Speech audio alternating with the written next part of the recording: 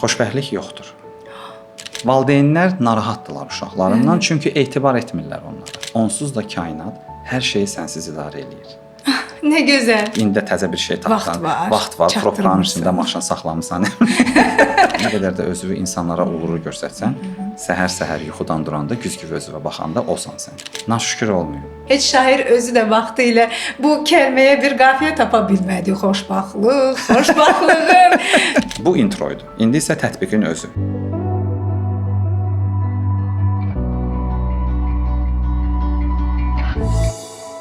Salam hörmətli dinləyicilər və tamaşaçılar. Ümid edirəm ki, yaxşısınız. Müasir dünya bu gün bizdən daha çox iş görməyi və daha sürətli olmağı tələb eləyir. Hamımız hər daim hansısa qaça-qaç, qov-qov içindəyik.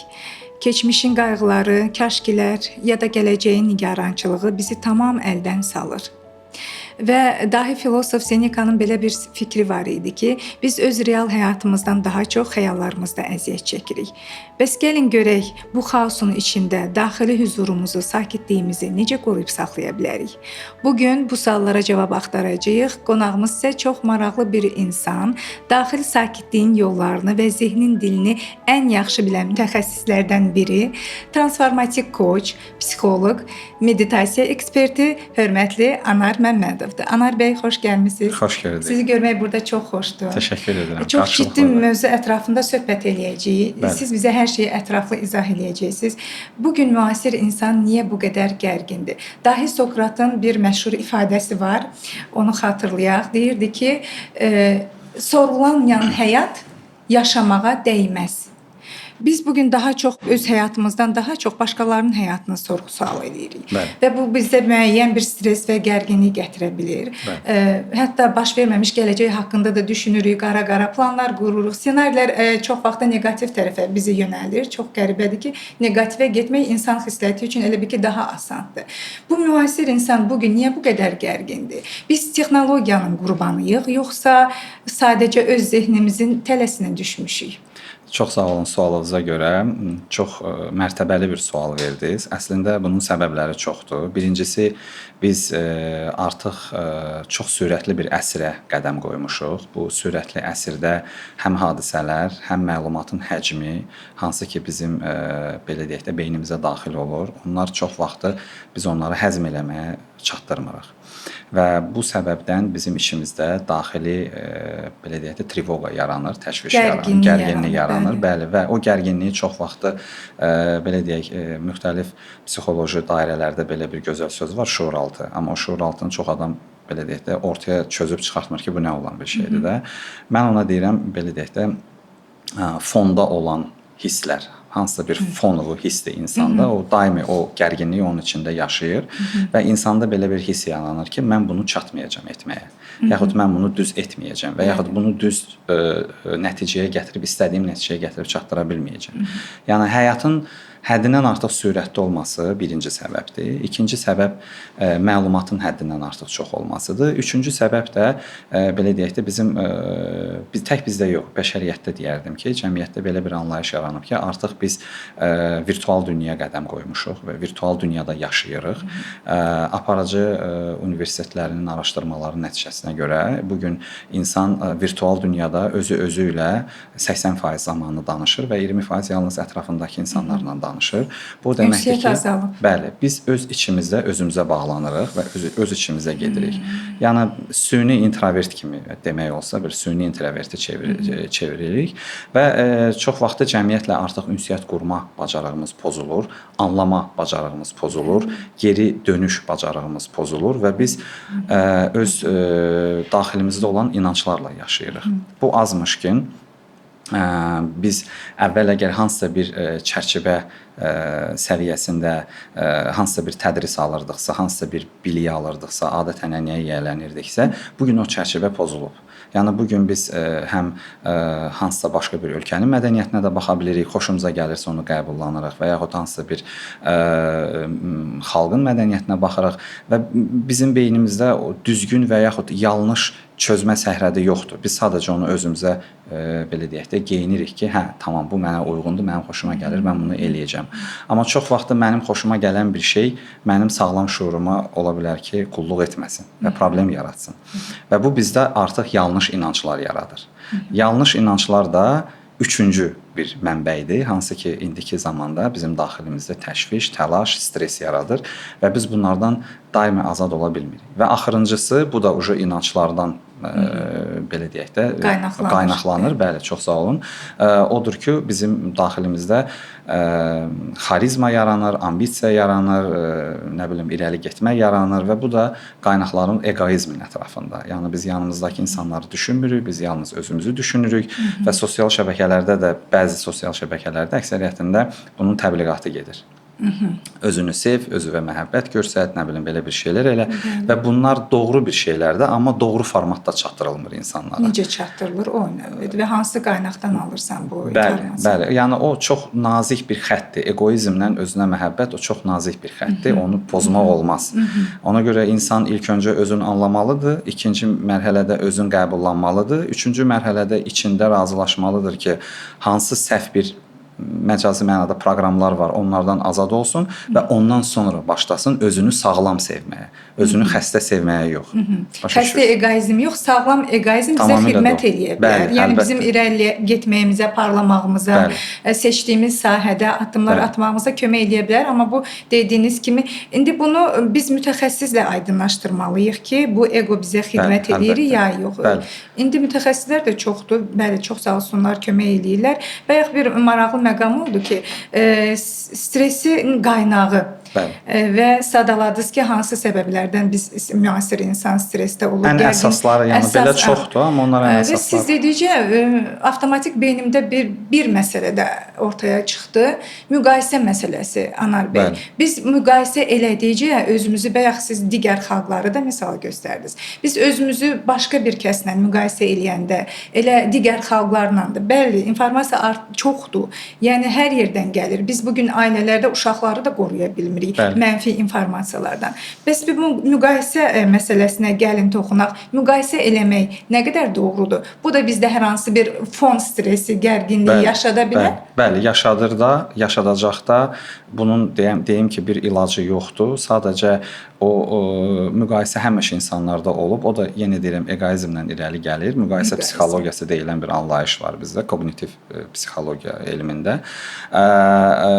Biz bunu etməliyik əslində, amma sağlam etməliyik. Çox vaxt misal üçün bəzi insanlar mənə deyirlər ki, nə bilim, xaricdə çıxış eləyəndə, danışanda deyirlər ki, Anar müəllim, baxın, bu çox güclü bir mütəxəssisdir, sizin rəqibinizdir. Deyirəm, yox. Nə rəqib, nə danışırsınız? Əksinə, mən istərdim bu adamla kollaborasiya eləyim, birləşək, inkişaf edək, ondan nə isə öyrənim, qoy öndə getsin, mən arxada gedim. Əksinə həm fikrimdir, yəni bir yerdə eyni fikri söyləyəcək. Bu o demək deyil ki, mən stressiz insanam, bu o demək deyil ki, yəni mən geriləyən insanam, qalib gəlmək istəməyən insanam. İrəli getmək istəmirsiniz. Sadəcə burada məsələ ondadır ki, bizim daxilimizdə bir inancı var ki, sən ətrafındakiləri istəyirsənsə inkişaf eləsin, onlar da səni inkişaf elətdirəcəklər. Yəni bu normal bir şeydir. Yəni sən ancaq özünü düşünüb öndə getmək istəyirsənsə, bu yəni yalnız sənin özün üçün bir destruktiv bir mövqeyidir. Və bu destruktiv proqram nəticə barəsində səni tənha qoyur öz içində. Tənhalıqdan da doğulur bu stres, gərginlik və tərki dünya olursan və ağır depressiyalara gətirib çıxarır. İnsanlar bugün yuxusuzluqdan əziyyət çəkir, Anar bəy, yata bilmirlər və vasitələr axtarırlar. Bəzi insanlar artıq bilir ki, mən də bu sahə ilə maraqlanıram, yaxın ətrafda dostlar mənə soruşur, necə eləyir? Deyirəm, mən mütəxəssisləri çağıracam, izah eləyəcəklər. Amma ilk variantda bizim meditasiyada ağlımıza gəlir. Baxın, antidepressantlar. Bəli. Hamının, artıq gənc yaşlarda uşaqlar da görürsən ki, istifadə edir. Sən nə danışırsan, mən gündə 5 dənə antidepressant içməsəm yaşaya bilmirəm, yəni sakitliyim olmur. Bu daxili sakitliyi, necə deyim, şərq fəlsəfəsinin atası sayılan Lao Tzu. Bəli. Lao Tzu sakitliyinə necə nail ola bilərik? Baxın, antidepressantlar dediniz, antidepressantların çox individual yanaşması var. Yəni antidepressantları yalnız psixiatrlar yaza bilərlər. Çünki onlar beyin həkimləri sayılırlar. Psixoloqlarsa onu yazmağa ixtiyarları yoxdur. Bu birinci məsələ. İkinci məsələ, antidepressant ən axırıncı bir addımdır. Çox vaxtı mən eşidirəm, mənim tələbələrim, müştərilərim mənə deyirlər ki, Anar müəllim, getdim psixiatrın birinci qəbuluna mənə antidepressant yazdı. Mən düşünürəm ki, biraz düzgün addım deyil bu. Çünki antidepressant bir yaxşı rus sözü var. Azərbaycanca qorxuram onu deyə bilmirəm. Antidepressant hansısa bir içəridə olan o destruktiv psixoloji hissi kupировать eləyir, müalicə eləmir. Təqlid eləyir yəni. Tamamilə doğrudur. Bəli, o onu sadəcə tormozlaşdırır. O ona dəstək olmur. Ani yəni, şəkildə kömək tamamilə edə bilər, doğrudur. yəni. Onunla paralel insan mütləq terapiyaya keçməlidir. Mütləq terapiyaya keçməlidir. Yəni, davamlı sağlam Davamlı, olmaq bəli, üçün. bəli. Və bu yenə də nə qədər araşdırmalar aparılırsa, aparılsın, bu insanın daxili inanclarına bağlı olan bir şeydir. Yəni şuuraltı inanclardan söhbət Tamamilə gedir. doğrudur. O şuuraltı proqramlarda meditasiya vasitəsilə təmizlənir. Meditasiya əgər qovuşmaq istəyirsənsə, birinci komandan özünə olmalıdır ki, sakitləş. Sakitləş. Sakitləş, bütün kainatı pauzaya qoy, heç nə baş verməyəcək. Sən yerində oynasan da, sakit otursan da heç bir şey baş verməyəcək. Sakit ol. Onsuz da kainat hər şeyi sənsiz idarə eləyir. Və buna bir nə qədər fizioloji sübutlar var. Yəni biz bədənimizdə keçən prosesləri idarə etmirik. Biz sizinlə indi Azərbaycan dilində danışırıq, düzdürmü? Bəli. Biz təxminən 5-7 min sözdən istifadə edirik Azərbaycan dilində və avtomatik şəkildə bizim beynimiz cümlələr qurur ki, biz fikrimizi Daha bir-birimizə dəqiq necə çatdıra çatdıraq, bilərik. bəli. Biz onu idarə etmirik. Biz su içirik. O suyun bədəndə keçən proseslərini biz idarə etmirik. Onun hamısı kainat tərəfdən, məcazi mənada, faktiki tərəfdən, beyin tərəfdən idarə olunur. Yəni bu qədər də narahat olmağa səbəb yoxdur. Sadəcə sakit olmaq lazımdır, özünü toparlamaq lazımdır. Bir müddət o qarşıva qoyduğun məqsəddimi, kindimi, nə bilim, xarizmadımı, kimlənsə müqayisə etməyindimir, nə bilim, onları bir dəqiqə dondur. Elə bil ki, dondur, qoy soyuducuya. Qapısını da bağla. Qalsın orada. Bax gör özünü necə hiss eləyirsən. Sanki onlar yoxmuş kimi. Sanki rəftar onlar edir, yoxmuş kimi. bəli. İnanın heç bir şey dəyişilməyəcək. Siz Dünya dağılmayacaq. dünya dağılmayacaq. Bir gün belə bir tətbiqi bir məsləhət verim. Bir gün bütün qorxularını, təşvişlərimi məzuniyyətə göndər. Nə gözəl. Hə, qoy getsinlər, gəlsinlər. Nə qədər uzaqda olsa o qədər Nə qədər yaxşı. uzaqda olsa o qədər yaxşıdır və düşünmə onların haqqında heç nə. Və sən o bir gündə görəcəksən ki, sən tam fərqli insansan. Özünə sual ver. Mən qorxusuz, kinsiz, hirssiz kiməm? Nə cür biriyəm? Belə daha xoşuma gəlirəm, yoxsa belə daha xoşuma gəlirəm? Hansı birimi qəbul etmək istəyirəm? Hansını seçirəm? Tamamilə doğrudur. Və ikinci, bunu etməkdən ötürü hansı addımlara mən hazıram? Tam sağlam, özünlə danış. Bunu etməkdən ötürü hansı addımlara mən hazıram? Və o cavab ki, sənə gələcək, o addımları at. İnsanlar özlərini aldatmamalılar. Onlar düşünməməlidirlər ki, içində yaşadıkları yanlış inanclarla, stresslərlə həyatlarını davam eləyib, hansısa psixoloqun, psixiatrın dəstəyi ilə eyni insan qalıb həyatları xoşbəxt olacaq. O alınmayacaq. Meditasiya praktikası da öz bəhrəsini yalnız o zaman verir ki, sən hazırsan dəyişikliklərə. Çünki meditasiya səni dərindən dəyişir. Meditasiyanın da əsas prinsipi ona bağlıdır ki, həmin o dediyim bizim avtomatlaşdırılmış sistem var beynimizdə. O proqramdan çıxırsan. Biz belə. yox, əksinə biz o proqrama özümüzü təslim edirik ki, o proqram özün ana proqramı ilə təmizləsin. Yəni bizim diskin defragmentasiyası gedir. Sən o meditasiyanı eləyirsən, bir günə əlbəttə ki alınmayacaq. Bu yəni təcili yardım bir şey deyil. Bu da bir idman kimi, əzələ inkişaf etdirmək kimi də bir şeydir. Bu da beynin inkişafıdır. İntensiv olmalıdır gibi. Bəli. Adıcı. Və çox insanlar onlayn meditasiyalar eləyirlər, YouTube-dan Bəli, götürürlər, çox nə bilim, məşhurdur oradan indi. buradan Necə götürürlər. yanaşırsınız buna? Mən heç necə yanaşmıram. Nəyə görə? Çünki mən düşünürəm ki, o meditasiyaları eləməkdən ötürü insan yenə də xoşuma gəldi, xoşuma gəlmədindən istifadə etməli deyil. İnsan bilməlidir bunu niyə eləyir. Və o meditasiyaların əksəriyyəti insanların emosiyalarına toxunur. İnsanların içindəki proseslərə toxunmur. İnsanların içindəki toxunan proseslər onlar tətbiqi bir şeylərdir. Və çox vaxtı bizim dəyişikliyimiz, bizim inkişafımız sakitlikdən qaynaqlanır. Kainatın səhrədə olmayan sakitlikdən. Çünki baxın, kosmos da sakitdir. Hər yer vakuumdur, heç bir şey yoxdur. Eyni kosmos bizim beynimizdədir. Biz o sakitliyə toxunmalıyıq, çünki o sakitlik bizə tükənməz enerji verir. O bizə tükənməz yeni düşüncələr verir, tükənməz dahi bir qərarlara kömək etməyə dəstək olur. Yəni məsələ bundadır. Biz hər yerdə emosiya axtarırıq. Bəli. Biz axtarmırıq. Əslində bizi axtatdırırlar. Nəyə görə? Çünki biz özümüz millət olaraq da çox duyğusal, emosional insanlarıq. Bəli, bəli. Bunun heç bir mənfi bir şey yoxdur. Çox gözəl bir şeydir. Mən tez özümüzdən çıxırıq, tez əsəbləşirik. Çox sadə bir problemlərə görə bəs adi bir tıxac bizi özümüzdən çıxara bilər məsələn. Kimsə neqativ bir kəlmə dedi, o dəqiqə qəbul edirsən. Elə Laotsidən bayaq danışdıq. Belə bir hekayə xatırladım, yadıma düşdü ki, mən sənə bir hədiyyə verirəm. Əgər sən bu hədiyyəni qəbul eləmirsənsə, o hədiyyə kimə məxsusdur?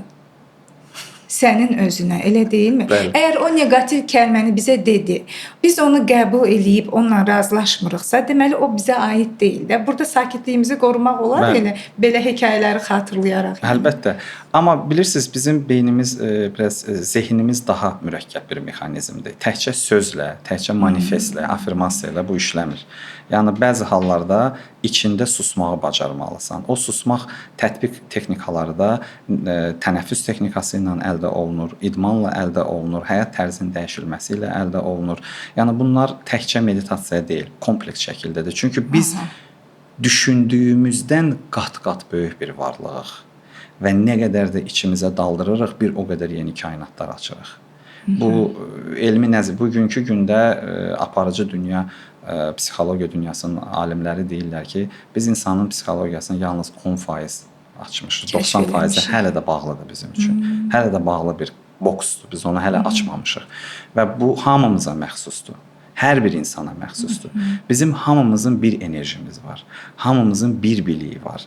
Yaxşı pisimiz yoxdur. Sadəcə birimiz seçirik inkişaf eləyək, birimiz seçirik inkişaf etməyək. Və bu qərarımızı idarə edən şuuraltı bizim inanclarımızdır. O şuuraltı inanclarımız da bizim formalaşdığımız, böyüdüyümüz mühitlərdən irəli gəlir. Valideynlərin yaşam tərzini görməyimizdən irəli gəlir. Hələ uşaq vaxtı məktəbdə aldığımız tədrisdən irəli gəlir və həyətdə oynadığımız, böyüdüyümüz uşaqlarla ünsiyyətdən irəli gəlir. Amma bu aiddir 95-ci ilə kimi doğulanlara. 95-ci ildən sonra doğulanlar, onlar tam başqa aləmdə yaşayıblar. 2005-ə kimi, 2005-dəkilər də bu günə kimi doğulanlar, onlar tam başqa bir mühitdə böyüyürlər. 2008-dən o yana doğulan uşaqlar. 2008-dən valideyn olaraq soruşdum, maraqlı gəldi. Bu nəsillər fəlsəfəsi var. Məsəl üçün baby boomerlər, X-lər, Y-lar, Z nəsilləri var. Bu həm korporativ dünyada, həm də sosial psixologiyada gündəmdə olan ən populyar bir mövzulardan biridir. Və bu insanların insanların fərqi nədədir? Z-dir, X-dir, nə bilim. Biz X-dərik məsəl üçün. 70-90 arası doğulanlar biz X-dərik. Niyə görə biz X-dərik? Çünki biz həyat baca görmüşük, palçıq görmüşük, yarış görmüşük, ayğıyalın futbol oynamışıq. Sanki yaşam uğrunda mübarizə gedib. Bəli, biz krandan təmiz su içmişik. Növbələrdə biz bilmirdik, məsəl üçün energetik içkilər nədir? Biz başqa cür geyinmişik. Biz valideynlərimizin sözünə çox qulaq asmışıq, çox başqa bir mühitdə yaşamışıq da, yəni. Bilmişik, tamamilə doğrudur. Tamamilə doğrudur. Biz demirik ki, o yaxşıdır, bu pisdir. Biz indi otağa girəndə övladımızın mütləq onun qapısını döyəcəyik. Bəli, bəli. İndi belə lazımdır. Onu mən bilirsiniz necədir? Onu mən öz fikrimi deyə bilərəm ki, belə lazımdır. Amma ümumiyyətcə onun artıq nə cür lazım olub olmamasını sosial şəbəkələr deyir. Onu mən demirəm. Yəni bilirsiniz nə deyirlər? Deyirlər, ana sənə elə gəlmir ki, sən mənim şəxsi sahəmə daxil olursan. Artıq bir neçə sual verəndən sonra və həm yaşıdları içərisində də görürəm. Və bu dəqiqə biz o uşaqlara, o gənclərə də, biz uşaq deyirik, indi onların 17-18 yaşı var. Onlara meditasiya haqqında danışan, onlar bizə elə geniş informasiya verə bilirlər ki, və bunun doğruluğunu da təsdiqləyirlər ki, bu günümüzdə bu lazımdır, vacib bir yəni faktdır ki, bunu tətbiq etməliyik, həyatımıza gətirməliyik.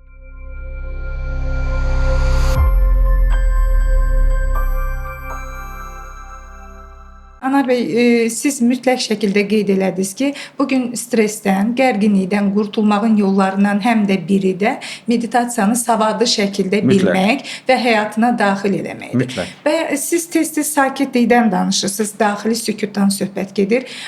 Ona necə nail ola bilərik? Necə biz sakit dayanaq, tamaşaçıya izah eləyin lütfən. Sakit dayanaq, özümüzdə olaq, heç kimi dinləməyək, özümüzə vaxt ayırmaqdır. Bu nə qədər bizə vaxt lazımdır gün ərzində? Çox sadə bir tətbiqdir, deyəcəm sizə. Gün ərzində özümüzə hədiyyə eləyək. Nə gözəl hədiyyə. Özümüzə hədiyyə eləyək, zaman hədiyyə eləyək. Və mən sizə bunu düzdür, elmi nöqteyi nəzərdən sübut eləyə bilməyəcəm, amma ən azı bunu manifest eləyək içimizdəki. Mən əgər 10 dəqiqə özümü sakitlikdə saxlasam, mənim 10 saat ömrüm uzanacaq. 10 dəqiqə bərabərdir 10 saat. 10 sahada, bəli.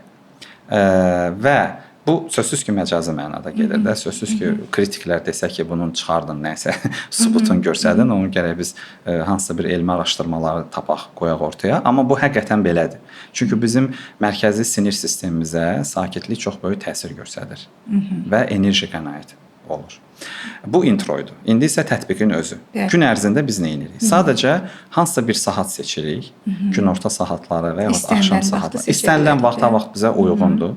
Lazımdırsa telefonumuza reminder də qoyuruq. Dəxli yoxdur. Biz çox məşğul insanlarıq. Ola bilər iclasda oluruq, maşın sürürük, nə bilim, uşaqlara baxırıq. Nəysə də biz bilmirik harda olacağıq o məqam. Maşın sürürüksə bir parkovka tapırıq, şüşələri bağlayırıq, gözümüzü yumuruq, 10 dəqiqə heç bir şey düşünmürük. Heç bir şey düşünmürük. Müxtəlif fikirlər gələcək ağlımıza. Müxtəlif bir şeylər gələcək ağlımıza. Bizim daxilimizdə belə deyək də bizim 3 dahi personamız var. Deməli, bizim kritik, bizim realist və bizim xəyalbaz. Bunlar üçü də bir-biri ilə danışır içimizdə. Və ilk öncə kritik başlayacaq danışma. Neynirsən bunu eləyib, başıma hava gəlib. İndi təzə bir şey tapsan. Vaxt var. Proqramın içində maşın saxlamısan. O qədər bəhanələr gətirəcək. Bəli. Sonra realist oyanır. Əşi yox, bir bax gör nə olur. Bir də tətbiq eləməmsən də. Birdən alındı. Bir də dreamer xodlanır ki, təsəvvür elə ki, sən bunu hər gün eləyəcəksən, başqa bir hisslərdən azad olacaqsan. Bunların üçünü də susturmaq lazımdır. Və bunların üçü də sizə mane olacaq. Birinci 2 həftədə. Bu beynin özünün funksiyasıdır. Çünki biz beyni özümüz belə kökləmişik bu proqrama. Durmadan danışır beyin. Biz beyinə sakitlik verməliyik ki, o beyin yazıq istirahət eləsin. Çünki biz yuxuda da danışırıq.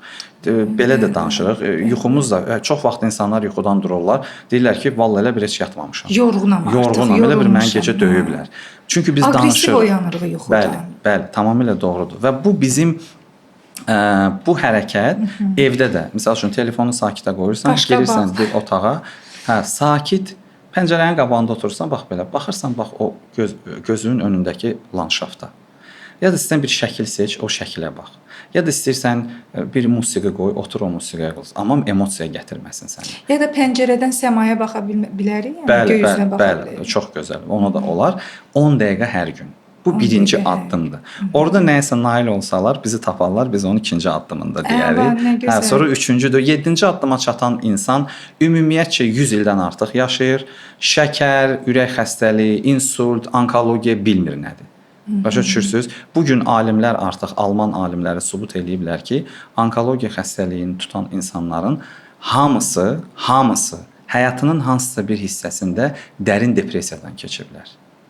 Yenə emosiyalar, yenə stres, depressiya. Çünki emosiya, məcazi mənada emosiya bizim hormonlarımızın işığıdır.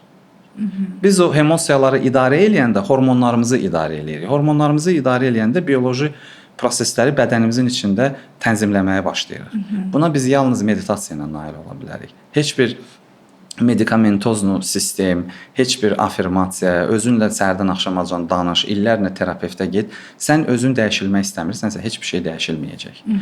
Və bu da bağlıdır, yenə deyirəm ki, bu da bağlıdır inanclara və dəyərlərə. Və mən həmişə hamıya izah eləyirəm ki, əlbəttə ki, uğurlu insan olmaq, zəngin insan olmaq, nə bilim, məşhur insan olmaq yaxşı bir şeydir. Amma bunu içində zərərsiz saxlamaq, bu başqa bir elmdir. Yəni əsas məsələ sağlam insan olmaq. Sağlam olmalısan. Sağlam olmadın sənə heç bir şey lazım deyil. Yəni mənim çox sevimli müştərilərim var, tanınmış, zəngin insanlar da. Onlar yanıma konsultasiyaya gəlirlər. Onların hər şeyi var həyatda. Yəni çox insanlar var ki, onların həyatına pahalılıq eləyirlər, amma Huzuru varmı? yoxdur huzur. Söhbət də ondan Bəli, gedir. və biz onun üzərində işləyirik. Ona görə də dünyanın tanınmış insanları var. Mən onun bir neçələrin şifahi olaraq tanıyıram ki, onların daimi yanlarında meditation mentorları var. Onların daimi yanlarında transformative coachları var. İndi mən o adamların adlarını çəkmək istəmirəm. Hamı onları tanıyır. Onların adı yəni Forbes-dadır. Onların adı onlar xeyriyyə işlərinə məşğul olurlar, meditasiya ilə məşğul olurlar, Himalay dağlarına gedirlər, nə bilim, hər dünyanı gəzirlər. Onlar onu elə belə eləmirlər ki. Onlar deyir ki, tamam da məndə bu hər şey varsa, nəyə görə bu da olmasın? Bu da olsun da həyatımda. Çünki axı mən həyatımın dadını yalnız sağlam şuurla çıxarda bilərəm.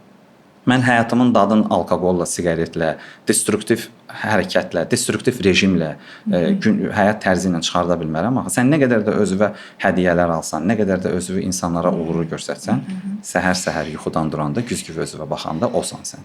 Kimliyindən asılı olmayaraq. Səhər necəsənsə eləsən. Bəli, tamamilə doğru. Anar bəy, çox maraqlı məqama toxundunuz ki, insanlar daxili huzuru tapmaq üçün bəzən şəhərin səs-küyündə yaşayan bir insan. Məsələn biz işimizdən çox uzağa gedə bilmərik də, işləyirik, burdayıq, evladlar var, məktəbdə oxuyurlar, universitetlərdə oxuyurlar. Yəni huzur tapmaq üçün mütləq uzaqlara, şəhər kənarına, dəniz kənarına, dağlara getmək lazımdır. Bu huzur, xoşbəxtlik həmişə uzaq gələcəklərdə bir yerdədir. Bəs özümüz yaxşı, bizim insanlara nə məsələ? Biz burdayıq, heç yerə gedə bilmirik. Şəhərin səs-küyündən, mərkəzindən necə qurtulub? Yaxşı sual verdiniz, cavab verəcəm, ona da cavab var. Huzur bizim ürəyimizdə olmalıdır. Daxili huzur. Bəli, siz avtobusda gedə-gedə də huzuru qazana bilərsiniz. İçinizdə gülümsəyə bilərsiniz. Kifayət edir ki, gözünüzü bağlayıb onu istəyəsiniz. Hər şey bağlıdır bizim istəyimizə. Bizim şuurumuzun mexanizmi çox sadədir. Birinci inanırsan, sonra istəyirsən və üçüncü nail olursan. Əgər bu zəncirvari prosesdə nəsə arasında işləmirsə, o alınmayacaq.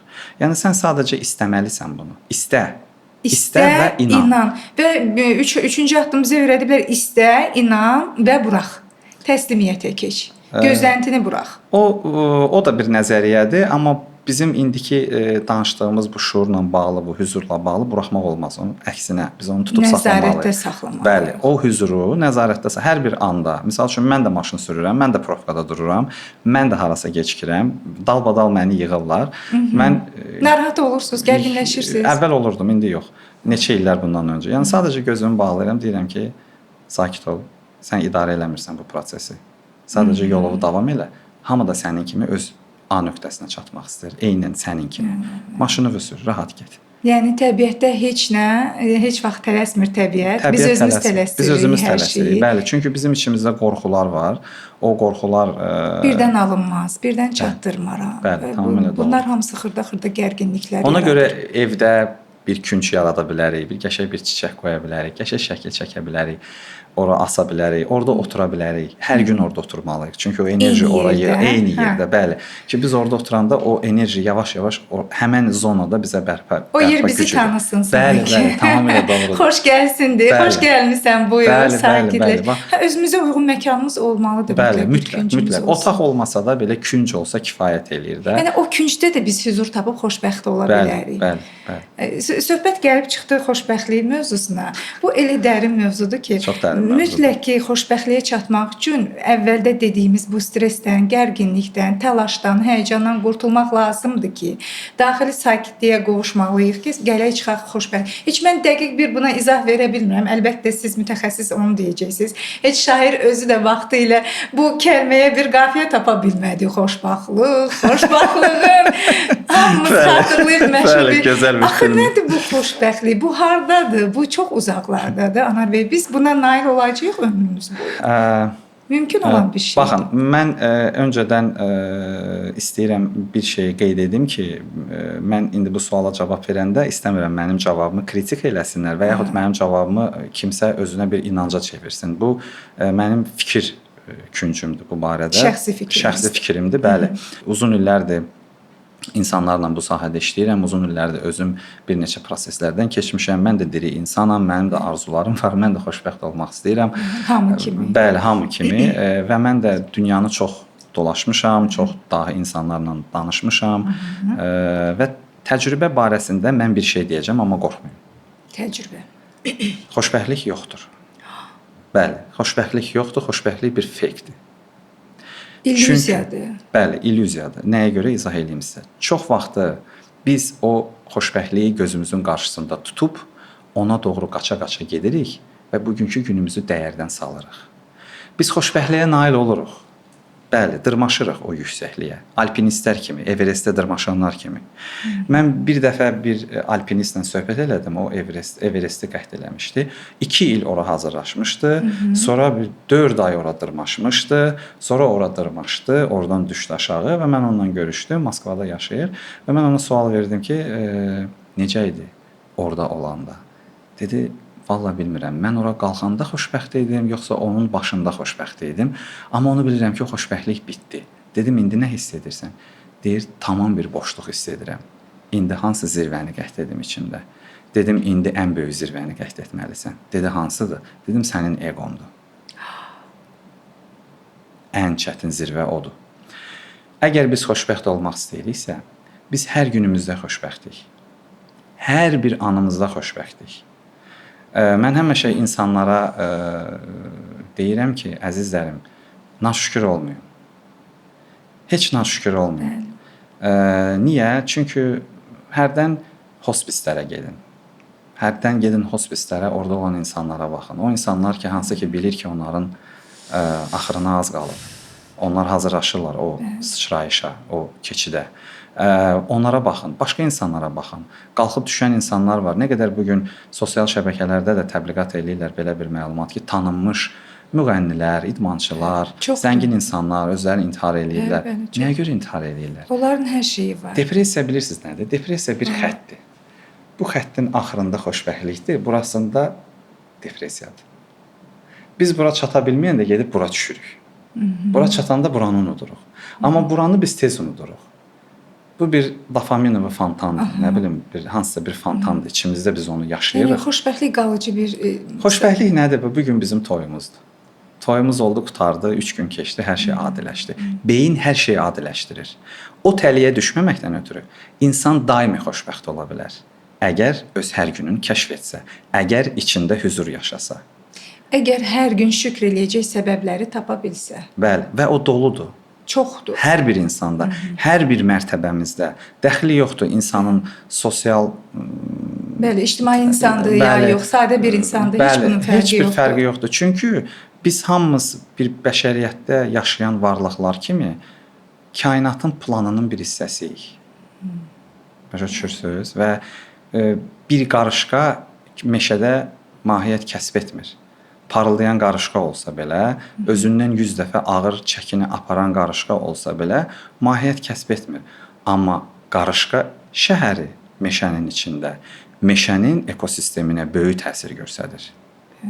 Və bu bizim kollektiv şuurun planlarından biridir ki, biz kollektiv şuur olaraq, insanlar olaraq sağlam olaq və hər günümüzə şükür edək. Onda bizim həyatımız daha parlaq, daha gözəl olacaq, rəqabət az olacaq, stres az olacaq, insanlar bir-birinə kömək eləyəcək və insanlar bir-birini qaldıracaq. Onda məqsədlərə də nail olmaq daha asan olacaq. Əla, nə gözəl. Yəni tək əldən səs çıxmaz. Bizim gözəl atalar misallarımız da var. Biz bu gün bir bütün olmalıyıq. Bu elə bir dövrədə çatmışıq ki, bəli, informasiya əsrində yaşamaq gözəl bir şeydir, amma bunun yan təsirləri də ola bilər ki, biz şuurumuzu, zehnimizi sağlam şəkildə saxlamaq üçün bunu savadlı şəkildə dibinə kimi öyrənməliyik. Mütəxəssislərdən, peşəkarlardan bunu öyrənməliyik ki, səhv yollara, istiqamətlərə gedib çıxmayaq ki, əks təsirləri ola bilər. Bəzən biz sadəcə pozitiv düşüncə deyib bu yola qalxa bilərik və haralara yanlış istiqamətlərə gedə bilərik. Siz bir dəfə dediniz ki, mən onu adlandırıram pozitiv şizofreniya. Var elə bir şey, bəli, var. Mən çox adamlar tanıyıram, bəli, tanınmış adamlardır, adlarını çəkməyəcəm. Siz onları xəyalpərəst deyirsiniz. Mən onlara xəyalpərəst deyirəm, çünki mən həmişə nə iş görmüşəmsə, mən nəticə istəmişəm. Məni nəticə maraqlandırır. Real nəticə. Real nəticə, bəli. Bu sistem işləyir ya yox? Tamamilə işləyir, əlbəttə. Sən misal üçün hansısa insan öyrənmək istəyirsən də, hansısa insanın taleyini idarə eləməyə öyrədirlər də səni. Nə vaxt o nəticə əldə olacaq? Sən levitasiya öyrənmək istəyirsən. Nə vaxt o nəticə əldə olacaq? Sən misal üçün nə bilim hansısa dahi yoğların yanında, Himalay dağlarında yaşayırsan, nəsə öyrənirsən. Nəticə olmalıdır. Yəni o hamı biliklidir. Bu saat biz çox bilikli bəşəriyyət olmuşuq, amma bacarıqsızıq. Amma vaxt var idi, biz bacarıqlıydıq, amma biliksiz idik. Biz bacarıqlı olanda biz nə bilim o bütün gördüyümüz tarixi yaratmışıq da, bacararaq, əl qabiliyyətimiz olaraq. Çünki bizə deyirdilər ki, bunu belə elə, onu belə elə. Bəli, bu belə olacaq. Amma bu gün biz çox bilirik. Biz oturaq, biz hamımız hər şey haqqında məlumatımız var. Amma duraq onu edək, onu biz bacarmırıq. Hər bir insandan soruş ki, meşədə assan, meşədə nə edəcəksən? O sənə deyəcək, bunu elə, onu elə. Amma özü meşəyə düşsə təşvişə düşəcək, dəli olacaq. Ya mən nə edeyim? Özü də bilmir onu necə. Həmin anda özünü itirəcək. Bəli. Eyni şəkildə və ona görə də o müəllimlərin əksəriyyəti hansılar ki, çox yaxşı marketinq instrumentlərindən istifadə edib məşhurluq qazanıblar və insanların beynin yaxşı pozitiv düşüncələrlə doldururlar. Ona görə onlara çox sağ ol. Amma əfsuslar olsun ki, onlar insanları yaşamağı öyrətmirlər. Onlar insanları bir həndəm xəyallıqdan çıxardıb başqa həndəm xəyallığa salırlar. Sadəcə burada bu destruktiv idi, burada xəyalbazdır. Vəssalam. Yəni reallıq yenə yoxdur. Reallıq real olmalıdır. Yəni insan realdır. O insan o reallığı sevir. Başa düşürsünüz? Yəni biz olduğumuz reallığı olduğu kimi qəbul eləməyi öyrənməliyik artıq bacı. Və ətrafımızdakı hər kəsi də. Bizi qıcıqlandıran digər insanlar ola bilər. Deyir ki, deyirəm niyə əsəbisən, niyə xoşbəxt deyilsən? Deyir filan kəs mənim xoşbəxtliyim məni xoşbəxtlikdən məhrum eləyir. Yəni bizim xoşbəxtliyimiz digər tərəfin bir insanın bizə verdiyi dəyərdənmi asılıdır? Biz onun alqışından və ya qarğışından asılı deyilik ki, yəni o dərəcədə özgüvənlə öz daxili sükut və necə deyim, daxili dəyəri formalaşdırmalıyıq ki, üzərimizdə, özümüzdə və bizə yad, necə deyim, oxlar gəlib bizə təsir eləyə bilməsin. Biz özümüz icazə veririk o insanlar bizi incitsin. Çünki özümüzü o insanlarda axtarırıq. Nə gözəl. Bax, xoşbəxtliyi çox adam fərqli şeylərdə axtarır. Elə kiminsə sevgisində, zənginlikdə, malda, mülkdə, cəmiyyətin layıqlarında və ictimai xadim olmaqda, parlamaqda. Amma yenə də xoşbəxtlik bunlardan asılı deyil, düzdürmü? Bunlardan asılı deyil, yox, qətiyyən ondan asılı deyil. O sadəcə bizim funksional psixologiyamızın bir üzüdür. Cəmiyyətdə uğurlu olmaq, zəngin olmaq, irəlidə olmaq, əlbəttə gözəl bir şeylərdir bunlar.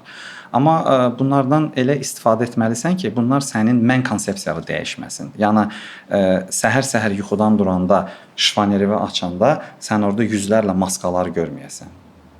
O maskalara ehtiyacın olmasın. Sən sənsən. Səni istəyənlər səni olduğu kimi sevəcək. Səni olduğu kimi sevəcək və qəbul edəcək. Səni istəməyənlər olduğu kimi qəbul etməyəcəklər və bunun çox səbəbləri var. Verilişimizin vaxtı bəs eləməyəcək. Sadəcə süni olmağa ehtiyac yoxdur. Çünki süni olanda insan özü öz gürovu olur. Başa düşürsünüz? Özü öz tələsinə düşür. Özü öz tələsinə düşür. Depressiyalar oradan başlayır.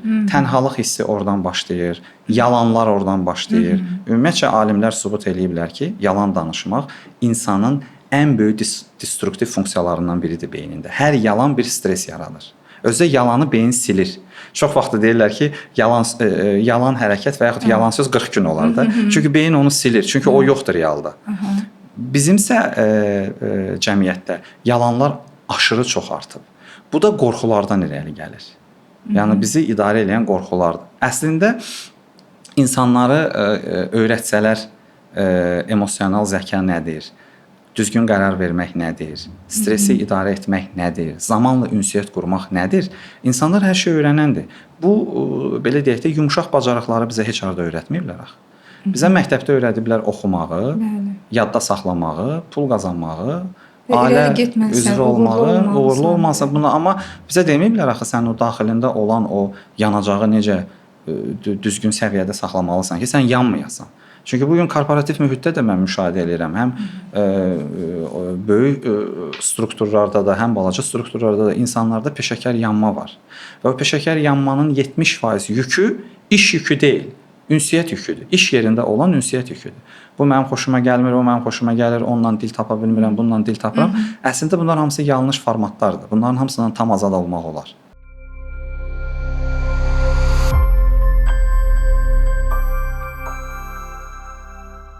Sonra biz keçirik həyatımızın ikinci faktoruna. İkinci faktoru biz işdən çıxdıq 6-dan sonra olduq özümüz. Hə, bu professional maskanı çıxartdıq, astıq. Özümüz kimi. Hə, öz maskamızı geyindik, çıxdıq. Orada biz kimik, orada biz necəyik və beynimizdə biz bu iki fərqli dünyanı necə birləşdiririk. Bu da çox önəmlidir. Amma biz o qızıl ortağı tapsaq, həm orada, həm burada bir insan olsaq, biz çox uğurlu karyera eləyəcəyik. Bizim uğurlu karyera etməyimizə, inkişaf etməyimizə, xoşbəxt olmağımıza, nə bilim, arzularımızı yerinə yetirməyə bir şey mane olur. Bizim içimizdə olan durumumuz. Vəssalam. Ya tələsirik, ya inanmırıq, ya gecikirik, ya müqayisə eləyirik, ya bənz eləyirik, ya acığa eləyirik. Bunlar hamısı destruktiv modullardır bizim şuurumuzda. Destruktiv proqramlardır. Onlar bizi geriyə atır. Bilirsiniz, bu stəkanı mən bilirəm ki, misal üçün də mən qaldıra bilərəm. Nə bilim, bu əlimin hesabına. Çünki hardasa beynim mənə komanda verir ki, bu təxminən 100 qramdır. Amma kimsə mənə inandıracaq ki, bu 100 kilodur. Aha. Siz ona inansaz, onu mən qaldıra onu qaldırmayacağam. Bəli.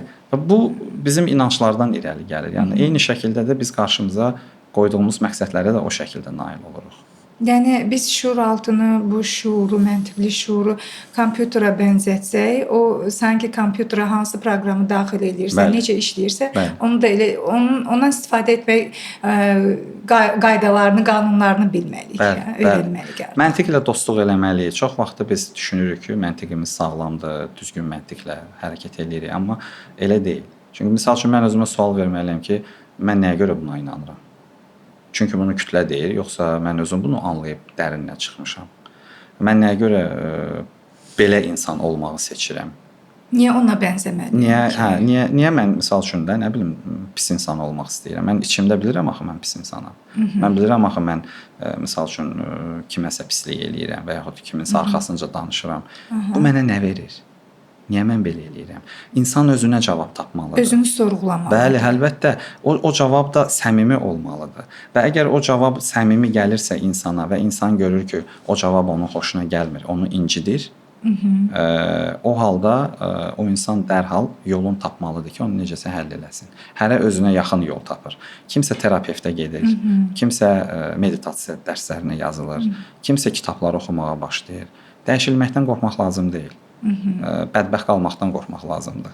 Yəni dəyişim də özümüzdən başlayır. Biz kənarla, ətraf mühitlə yox, özümüzü dəyişməliyik ki, ətrafımız da dəyişsin. Kimliyimizdən asılı olmayaraq dəxli yoxdur. Qulağımızı bağlayaq, gözümüzü bağlayaq, dünya yoxa çıxacaq. Bu dünya bizim ağlımızdadır. Bütün müharibələr burada başlayır. Hər şey oradadır, bəli. Və hər şey orada bitir. Və xoş xəbəri odur ki, istənilən halda 80% qərar bizimdir. Qərar biz verməliyik. Qərar heç kim bizim əvəzimə verməli deyil. Cəmiyyət bizə düşmən deyil, cəmiyyət bizə dostdur. Cəmiyyət nə deyir ki? Cəmiyyət deyir ki, düz insan ol, yaxşı insan ol, dediklərimin arxasında dur, inkişaf et, zərər gətirmə. Onu bəzi insanlar var ki, deyirlər, eləmirlər. Onlar özləri bilərlər. Siz özünüzə cavabdehirsiniz. Hər kəs özünə cavab. Hər kəs özünə cavab. Bax, burada hər kəs özünə cavabdehdir. Amma inkişafda mənim düşüncəmdə, mənim həyat fəlsəfəmdə mən hər kəsə cavabdeyəm. Çünki məni kimsə aynalayır. Bəlkə heç mənim xəbərim yoxdur ondan. Kimsə mənə baxıb, bəlkə də həyatın hansısa bir məqamında bir düz qərar verəcək. İnsanları qınamaqdır, insanların arxasınca danışmaqdır, qiymətləndirməkdir. Nəyə görə biz bunu eləyirik? Dəyərsizləşdirməkdir. Tamamilə də o. Nəyə görə dəyərsizləşdiririk? Nəyə görə dəyərsizləşdiririk? O pisdir, mən yaxşıyam. Bu yenə egonun səsidir. Və o mənə nə verir nəticə var? Necə xidmət eləyir?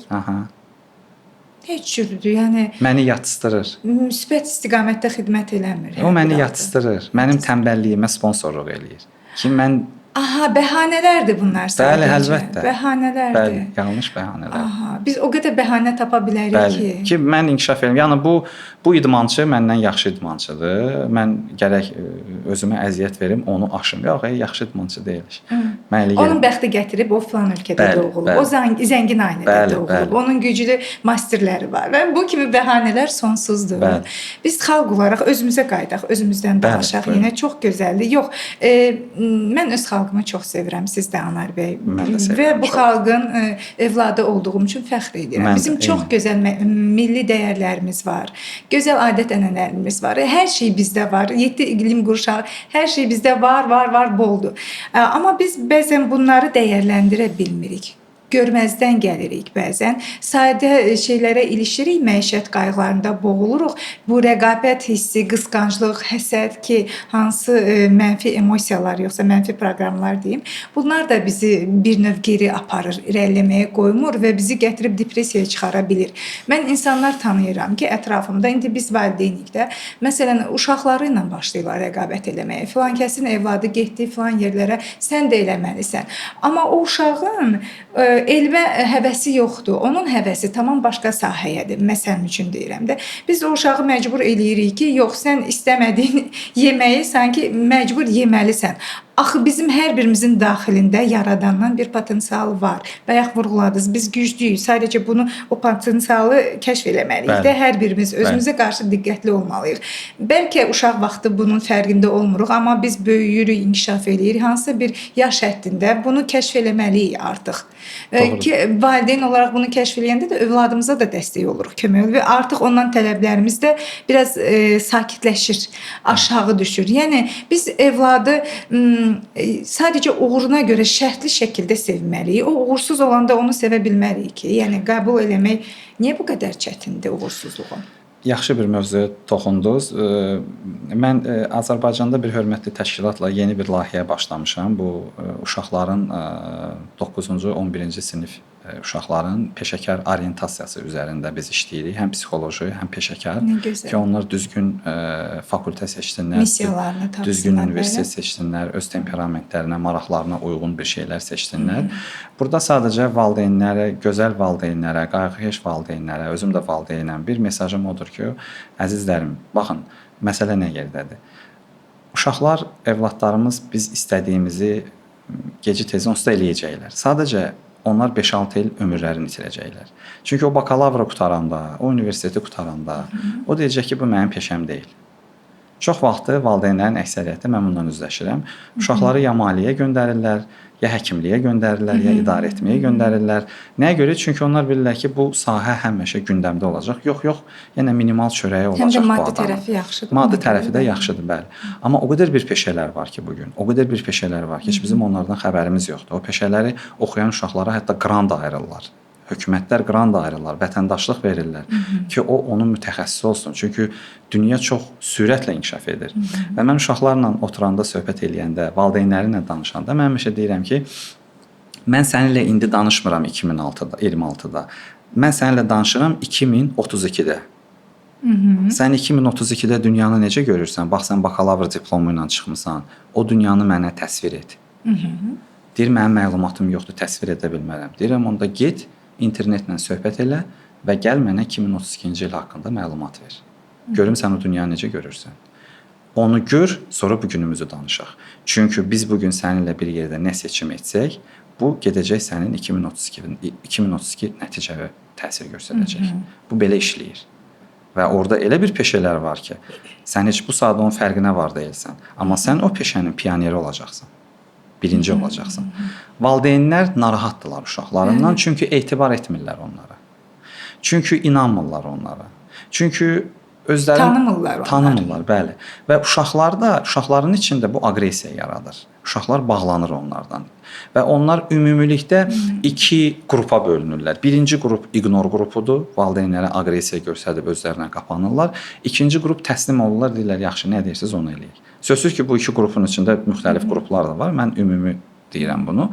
Yəni heç bir strategiya düzgün deyil. Sadəcə biz öyrətməliyik, övladlarımız özü seçim etsin və yenə deyirəm, burada artıq hansısa bir mütəxəssisə müraciət etmək lazımdır və mütəxəssis onu müəyyən etməlidir ki, uşağın zehni, potensialı, bacarığı, qavrayış qabiliyyəti, burada onun xarakterini də nəzərə alırsınız. Yəni peşəkar yanma olmasın. İnsan işini sevərək görsün. Aha, Gecə sizə 12-də mən ölkə adı çəkmək istəmirəm. Qərbdə mənim kolleqalarım var. Biri hüquqşünasdır, biri biznesmendir. Zəng eləyirəm, baxaram onların vaxtı ilə saat gecə 12-dir. Deyirəm, niyə edirsən bu vaxt işdə? Deyir, işləyirəm. Deyirəm, yorulmursan. Deyir, nə danışırsan? Mən ləzzət alıram işimdən. Nə yorulmağı? İndi deyir, buradan çıxacağam, gedəcəm gecə baseyndə çiməcəm, yatacağam, səhər duracağam, işimə gələcəm, iclasım var. Yorulmur bu adam. Bu adam həzz alır. Hesabında Çünki sevərək o bəli, işi hesabındakı heç pula da baxmır. Ona maraqlı deyil. Bonuslardır, maaşlardır. Heç də maraqlı deyil ona. İşi maraqlıdır onun üçün. Konfranslar, simpoziumlar, nə bilim nə, bu adamın ikinci doktoranturaya gedir bu. Deyirəm, hətta mən ona deyirəm ki, sən üzr istəyirəm ifadəmə görə, sən dəlisən. Sən nə edirsən? Deyirəm, mən yaşayıram, mənim yaşam tərzimdir. Deyirəm, halal olsun sənə. Mən həqiqətən kənardan bu çətin görünə bilər, amma insan o işi sevgi ilə görürsə, Bəli. onun üçün heç bir maneə yoxdur. Bizim övladlarımız üçün gələcəyə ən gözəl hədiyyəmiz onlara dəstək olmaq ki, onlar sevdiyi peşəni tapsın. O belə deyək də maşın ustasından başlayaraq tanınmış hüquqşünasa kimi əgər o peşəni sevəcəksə, o peşədə nömrə 1 olacaq. Və onun həmişə bərəkəti də olacaq, hörməti də olacaq, inkişafı da olacaq və həyatından da xoşbəxt olacaq o adam. Özündən də razı qalacaq. Bəli, biz adların dalınca qaçırıq. Bizə adlar lazım deyil, statusların dalınca qaçırıq. Məsələ budur. Məsələ budur. Söhbət gedir, dərinləşir, çox Bəli. qəribədir.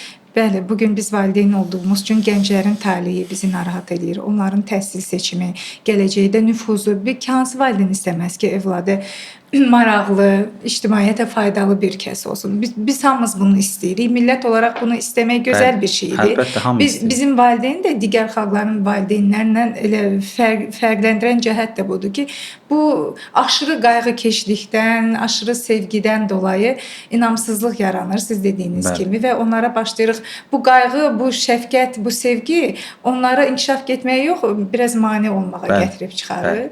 Ki burada biraz diqqətli olmalıyıq ki, biraz icazə verək, sakit baxsınlar, nəyi istəyirlər, özlərinə yenə sorğulasınlar ki, nəyi istəyirəm. Metaforik olaraq bir tövsiyəm olardı nəticə barəsində, Buyurun. məhz bu mövzuda. Gəlin biz övladlarımızla, qorxularımızla, təşvişlərimizlə paylaşmayaq, gəlin biz onlarla gücümüzlə paylaşaq. Gücümüzlə. İndi o güc sözünə kim nə məna qoyur özü bilər, amma gücümüzlə paylaşaq. Biz onlarla dost olmalıyıq, yoxsa valideyn kimi rəftar eləməliyik? Onlara heç nə lazım deyil bizdən. Onlara lazımdır ki, biz onları anlayaq. Çünki onlar hansısa bir dünyada yaşayırlar. O dünya bizim dünyadan çox uzaqdadır. Fərqlidir. Fərqlidir. Biz çalışmamalıyıq o dünya ilə onlarla orada olaq, şərik olaq və yaxud qəbullanaq və biz sadəcə anlamalıyıq. Çünki onlar görsələr ki, biz tərəfdən anlayış var, Qapanırlar. hə, onlar onda bizim yanımıza gələcəklər kömək üçün. Amma indiki uşaqlar bizim uşaqlardan qat-qat ağıllıdır və qat-qat güclüdürlər. Sadəcə onlar tam başqa bir əsrdə yaşayırlar, tam başqa bir reallıqda yaşayırlar. Onlar həmin o insanlardılar ki, gün ərzində bizim uşaqlığımızdan 100 dəfə artıq məlumat həzm eləyirlər özlərində. Onlar o insanlardır ki, biz əgər uşaq vaxtı hansısa qərarı bir həftəyə verirdiksə, onlar o qərarı bir anda verirlər. Biz buna qəbullanmalıyıq və bundan qorxmamalıyıq. Sadəcə onlara güvənməliyik, yanlarında olmalıyıq və göstərməliyik ki, biz onları anlayırıq. Və hansı bir səhv etsələr belə, onlar hiss etməlidirlər ki, biz onların yanındayıq. Səhv eləyəndə də qəbul eləməyi bacarmalıyıq. Yəni necə ki, uğur qazananda yanında oluruq, Bəli. dəstəkləyirik. Səhv eləyən zaman, yəni biz səhvlər üzərində böyüyürük, inkişaf eləyirik. Bəli. Hansı uğurlu bir kəs vaxtı ilə böyük çoxlu uğursuzluqlardan keçib gəlməyib o uğura. Bəli. O uğurun arxasında mütləq ki, oxumaq var, təhsil var, əziyyət var, alın təri var, uğursuzluqlar var. Bəli. Bunlar da xoşbəxtliyə çatan yolun bir pilləsidir. Pilləkən olaraq bunları biz qalxmalıyıq ki, istəyimizə nail olaq. Amma bu gün gənclərdə çox qəribə şeydir. Siz dediyiniz kimi 70-90-cı illər ərzində yaşayan, yəni bizdən fərqli olaraq mən xatırlayıram ki, sinif yoldaşlarımda, universitet yoldaşlarımda məsələn daha çox ambisiya var idi. Bizdə daha çox parlamaq, irəli getmək istəyi, arzusu var idi. Birinci olmaq, lider olmaq. Bu uşaqlarda sanki yoxdur elə bir şey, yoxsa mənə elə gəlir? Yox, var. Əlbəttə ki, bu çox individualdır. Əksəriyyətində ola bilər ki, olmasın. Çünki o biraz deyək, belə deyək də, metaforik deyəcəm yenə, ambisiyanın rəngi dəyişilib. Yəni o deyir rahatdılar, deyir. Çox rahatdılar. Niyə ki? Nə ehtiyac var ki, Bəli, deyir ehtiyac məsələn yoxdur. buna. Bəli, rahatıq. Ehtiyac yoxdur. Tələsməyə ehtiyac yoxdur. Yəni biz bunu bacaracağıq. Biz bunu eləyəcəyik. Bu yeni düşüncədir. Yeni düşün. Bəli, bu tam yeni bir düşüncədir. Bunu da qəbullanmaq lazımdır və əgər bu düşüncə bu sürətli həyatda olmasa, insan dəli olar. Yəni həyat həqiqətən çox sürətlidir. Qərarlar həqiqətən çox sürətli verilməlidir. Məlumat aşırı çoxdur. Məlumatı biz nə ölçə bilirik, nə düz səhv olmasın tuta bilirik. Hansı bir sahəyə toxunursansa toxun, o sahənin 25 dənə məktəbi var, 25 nöqtəsi var, 25 alimi var. Hamısı da fərqli bir şeylər danışır və şəxs qalır ortada Seçim eləyə bilmir. və bilmir nəyi seçsin. Və bu da indiki dövrün özünün bir belə deyək də problematizasiyalarından Əsrin biridir. bəlası kimdə? Yox, bəla deyil. Bəla deyil, yox. Şükürlər olsun. Bu sadəcə çağırışdır və biz buna doğru adaptasiya olunacağıq. Mütləq olunacağıq. Çünki bizim başqa yolumuz yoxdur. Sadəcə uşaqların bir bu qədər ambisiyalı olmamasının səbəbi odur ki, yəni onlar biraz başqa bir reallıqda yaşayırlar. Baxmayaraq ki, bizim yanımızdadılar, onlar başqa bir reallıqda yaşayırlar. Başqa dünyadadılar. Bəli, onlar yəni ki, belə deyək də, onlar sanki bu saat hansısa Amerikanın küçəsində gəzirlər. Oradan dəb götürürlər, orada belə geyindilər, orada belə elədilər. Bu musiqiyə qulaq asdıq, o musiqiyə qulaq asdıq. Yəni ki, onlar şuurların sosial şəbəkə vasitəsilə çox yaxşı harasa transurfing eləyə bilirlər. Biz onu eləyə bilmirik. Bu yaxşıdır, yoxsa pisdir? Bu qlobalizasiyadır. Yaxşı pis deyil. Bu sadəcə qlobalizasiyadır. Bu bəşəriyyətin keçdiyi bir fazadır. Biz bunu keçməliyik və biz bunu Artıq qəbul keçəcəyik. eləməliyik biz. Bəli, qəbul eləməsək də, yəni variantımız yoxdur, ignorda qalacağıq. Çünki valideynlər çox qorxur belə məsələlərdən. Qorxmasınlar, belə məsələlərdən qorxmasınlar. İmkan daxilində özləri də araşdırsınlar bu dünyanı, yəni o uşaqların maraqlandığı dünyanı kritik kimi yox, müşahidəçi kimi, müşahidəçi rolunda araşdırsınlar. Bu birinci məsələ. İkinci məsələ də odur ki, bəli, bəzi hallarda mütəxəssislərdən istifadə etmək lazımdır. Yəni özümüz məsləhət verə bilmərik. Biz özümüz kənardan kömək mütləq lazımdır. Bəli, mütləq. Yəni valideyn nəyi məsləhət bilsə, böyük risk var ki, o qara siyahıya gedəcək. Nəyə görə? Çünki uşaq intuitiv səviyyədə bilir ki, valideynin burada özünün şəxsi marağı var. Və onun azadlığını nətər deyirlər, əlindən almaq istəyir və yaxud məhdudlaşdırmaq istəyir. Ona görə də yaxşı bir şey deyiriksə də uşaqlar yenə müqavimət göstərirlər. O nöqteyi nəzərdən biraz o məsələyə diqqətli olmaq lazımdır. Anar bəy, çox maraqlı idi sizlə həmsöhbət olmaq. Çox sağ olun, və təşəkkür edirəm. Məsələlərə sadə və pozitiv yanaşmağınız məni ilhamlandırır. Yəni ümid açır bir valideyn olaraq hər bir məsələyə. Bu gün biz anladıq ki, dünya nə qədər səs-küylü və gərgin olursa olsun, bizim daxilimizdə həmişə fırtınasız sağlam bir liman var. O bizim sığınacağımızdır və xoşbəxtlik heç də uzaq gələcəkdə deyil, elə bu anda, bu saniyədə aldığımız hər nəfəsdə gizlidir. Ona görə də mənim əzizlərim, gəlin sakit olaq, nəfəs alaq və xoşbəxt olaq. Daxili sakitliyinizi həmişə qoruyun, saxlayın. Görüşmək ümidi ilə Allah amanında.